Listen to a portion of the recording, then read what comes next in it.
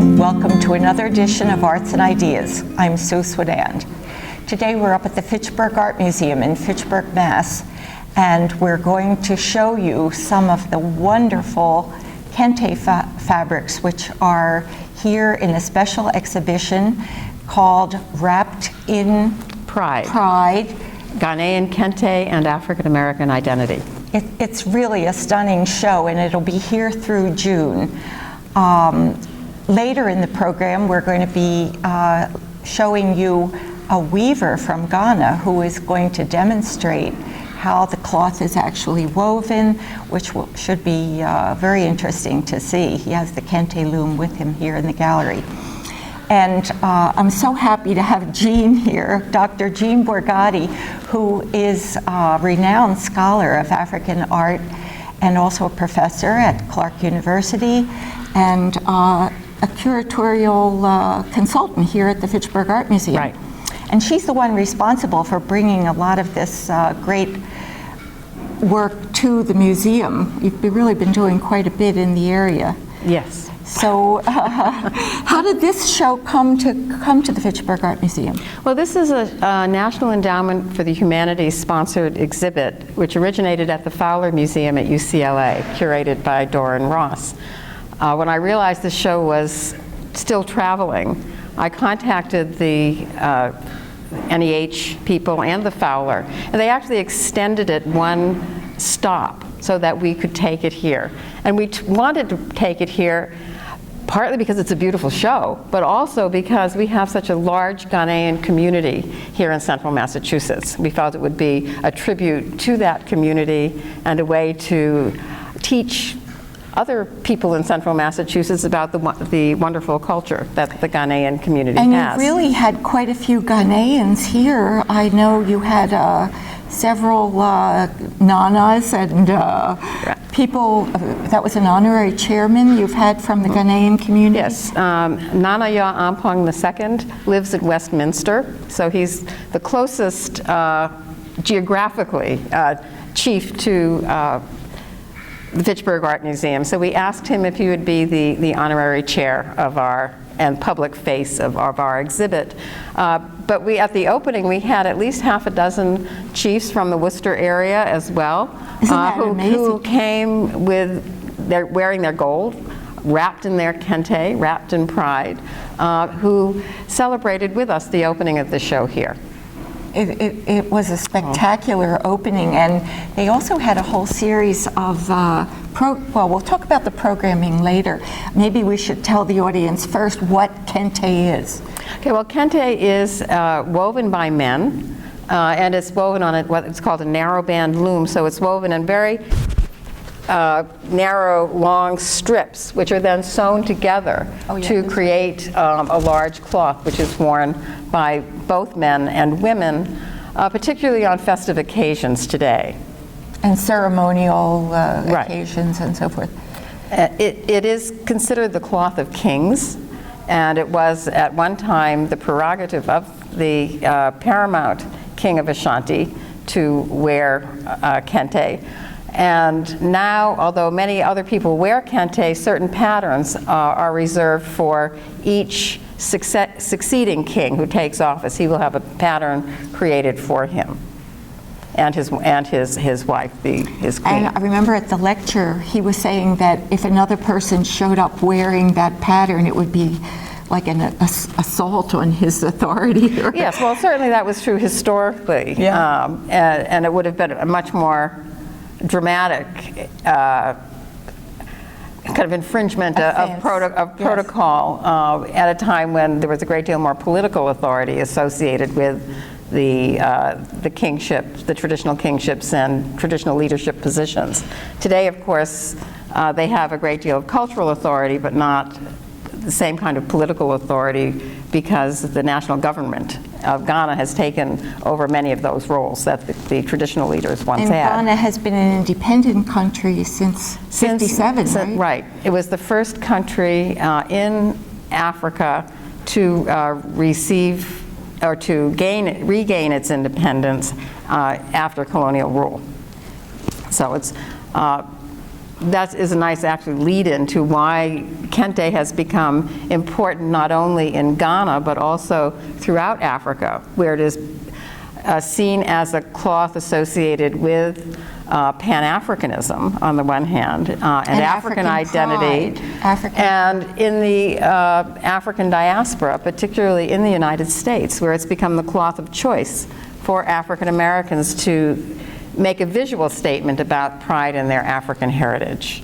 And the stoles that you see, I'm wearing one, you're wearing one, and we have some on display, are often worn by students around this time of year when they're graduating to make a statement about their pride in African heritage. And Eve Weaver explained about this cloth to one of the researchers who was talking to him. And he said, "Cloth must flow well to wear it. It cannot be stiff. Good cloth moves with the person. It catches the sunlight. It makes people feel proud of our past. It's not really easy to wear this cloth. You have to stand upright. You have to assume a dignity to keep it from falling off. A suit is tight and makes you feel stiff. But this cloth, well, it flows around me as I walk. But at the same time, I have to keep checking on it, pay attention to it, adjust it on my shoulder. And that keeps reminding me of, well, it makes me know I'm not a Frenchman at all, or an Englishman. It's African." So when did you say the this weaving tradition started in? Kente started in what is now Ghana, probably in the late 17th century, but weaving on the narrowband loom has been part of the African weaving tradition since the 9th century AD. And then with trade, was it the Portuguese and? Well, the weaving technology probably came from North Africa. Yes. And it was spread by pastoral nomadic peoples throughout sub-Saharan Africa. One of the things that makes Kente different from other narrowband weaving in West Africa is the color. And indeed, even as early as the late 17th century, silk cloth was being transported across the Sahara into sub-Saharan Africa, where the Ashanti people unraveled it and rewove it. So that wasn't coming from trade on the sea? It wasn't coming with the port. No, it was coming on through the trans-Saharan trade. And it was because the dyes were not as vibrant. The dyes that in the early times, indigo and white were primary colors that people had. Meaning the natural color and the local dye of the indigo plant. That's right. Whereas now the colors have really expanded, haven't Well, they? yes. I mean, and from the silks, of course, through the 19th century, you had imported cotton, and which was dyed with aniline dyes, which people could use, the weavers could use, and then, of course, more recently, rayon, lurex, all kinds of fibers. It's surprising how soft the fabric is. You know, you would think it would be a little coarser, but it's really very soft and silky.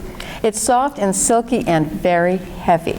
Heavy is right. Because it's very tightly woven. I'm anxious to look at the weaver, so let's take a look at the loom. Akwaba, that means welcome in what language? Chi in Asante. In Asante. And I have a weaver from Ghana here today, Edward Brempong. And Edward, when did you come to the States? I came to stay in 1999. 1999? And you were a weaver in Ghana? Yes, I was. How did you learn the weaving? I learned from my father and my brothers. So your father was a weaver? Yes. And you were saying most of the boys in your village learned weaving? Yes.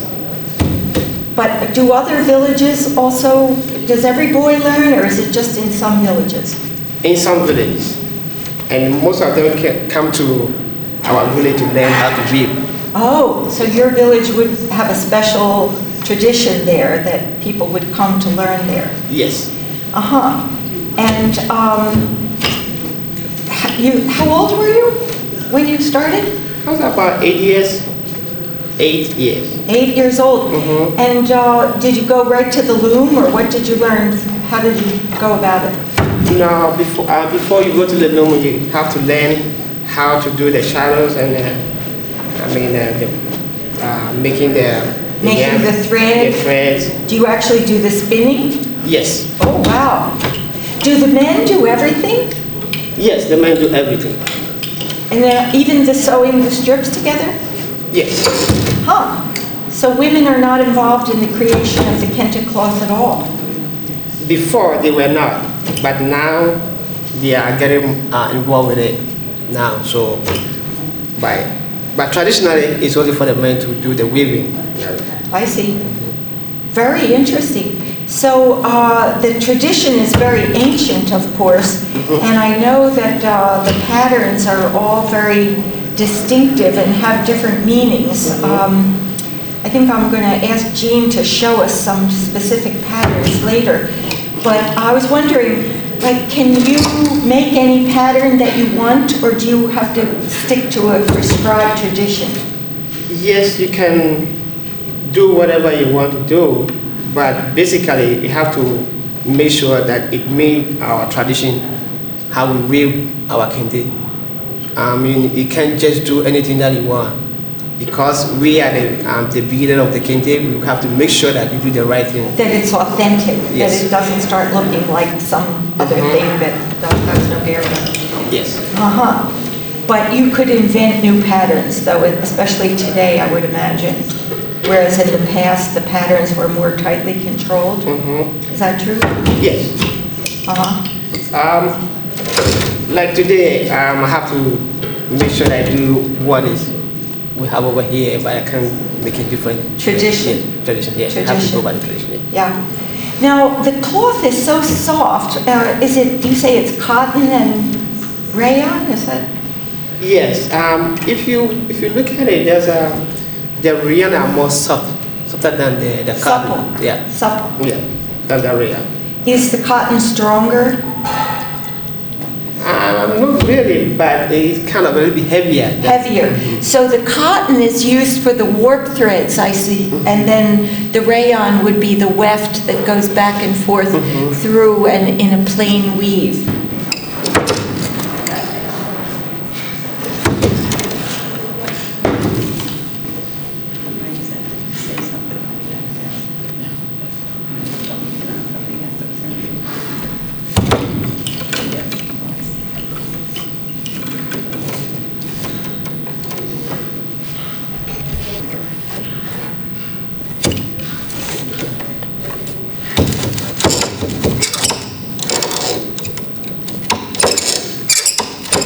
See.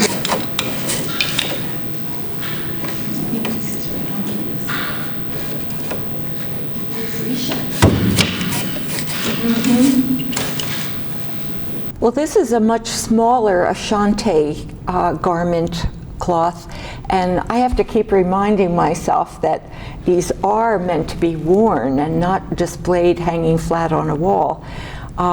So this would be a woman's cloth, and Yes, the smaller cloths are women's cloths, and they are worn often on ensembles of three. One cloth wrapped around the waist. In the past, a second cloth wrapped around the upper body, and the third used as a head wrap. Today, when most people wear blouses with their woven wrappers, they will wear the second cloth simply as a supplementary wrapper, or often as a baby tie if it's a younger woman who's wearing the cloth. This one is an Ashanti cloth, and I think it's a particularly interesting one because it is such a complex design, more complex even than the cloth we saw in the opening sequences, which was a very large man's cloth with a lot of blue. There was a lot of just kind of fields of blue separating the various blocks of pattern. Whereas this one has intense woven patterns. pattern on pattern on pattern. Exactly, and throughout the entire cloth. And the name of this cloth is "My Skill is Exhausted." And it's a reference to the complexity of this pattern and how much time it takes for the weaver to thread the supplementary weft threads over and Because under all of these would have to be counted, 1, 2, 3, as they're woven through.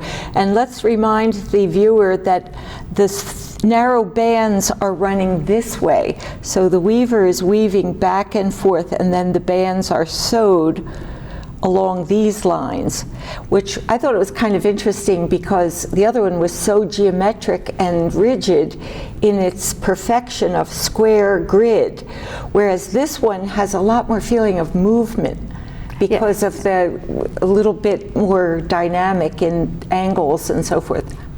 But we still have the same references to proverbs, the same symbolism, or much of the same symbolism that we did see in that first cloth. You have the gun carriages, which are the stepped form, which were used during the Ashanti Wars of the late 19th and early 20th century. You have the zigzag pattern, which refers to life not being a straight path. You have this series of interspersed diagonal patterns and triangles, which refer to the shards of a broken pot, which in turn refers to somebody who can put that pot together again, somebody who is clever, is organized, has clear-sighted, and so on. So there are many of the same ideas incorporated into the pattern, even though it's woven in such a complicated way. This one just has so much more movement for me because of that complexity. My skills are exhausted. I love the title. Yeah. Let's take a look at another one. So here I am, wrapped in pride. And as we said before, a good cloth does not wear itself. So I'm just going to wear this because it's nice and snug and warm, and I like it. We're now looking at some cloth made by the Ewe people. By the way, that's spelled E-W-E. And they are also the narrow loom weavers like the Ashanti. Right. They also weave Kente. The Ashanti are probably the best known of all of the Kente weavers, but there are actually something like, there are a much larger number of both related communities that weave the Kente as well as the Ewe, who are a different ethnic group. So the Ashanti are primarily Ghana. Yes. Ghana, and then the Ewe would be primarily in Togo. Well, they're both in Ghana and Togo. They live in the southeastern part of Ghana and the southwestern part of Togo, right at the border area. And what's would you say are some different characteristics of the Ewe weavings? Well, these days it's getting increasingly difficult to tell the Ewe and the Ashanti weaving apart because the Ewe weavers are using many of the designs that the Ashanti weavers historically used, although not necessarily vice versa.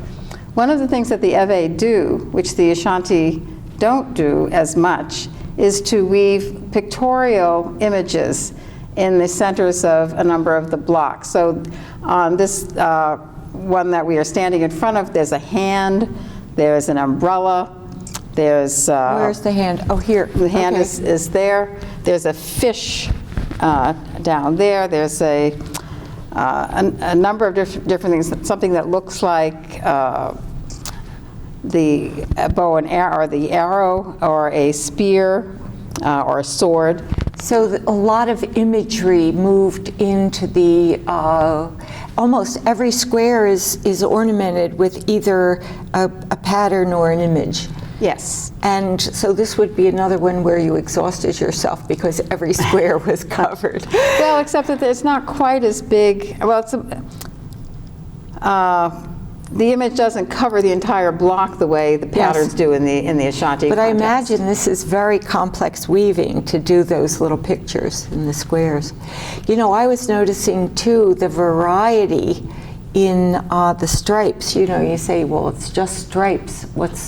But when you think of how varied those few little linear bars can be, there is hardly I can't find a repetition. You know, they're amazingly diverse.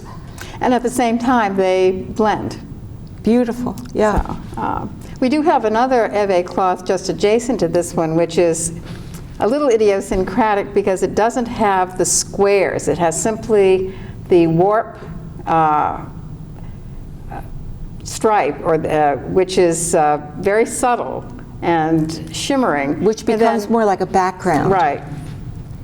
And then the pictures would be woven. And the pictures are much larger and much weft. more varied. So we can see a scorpion and a crown and a crescent moon, a butterfly, again a hand, and they're very distinct and clearly woven images, not quite as a part of the background in some ways as the ones on the cloth that we're standing in front of.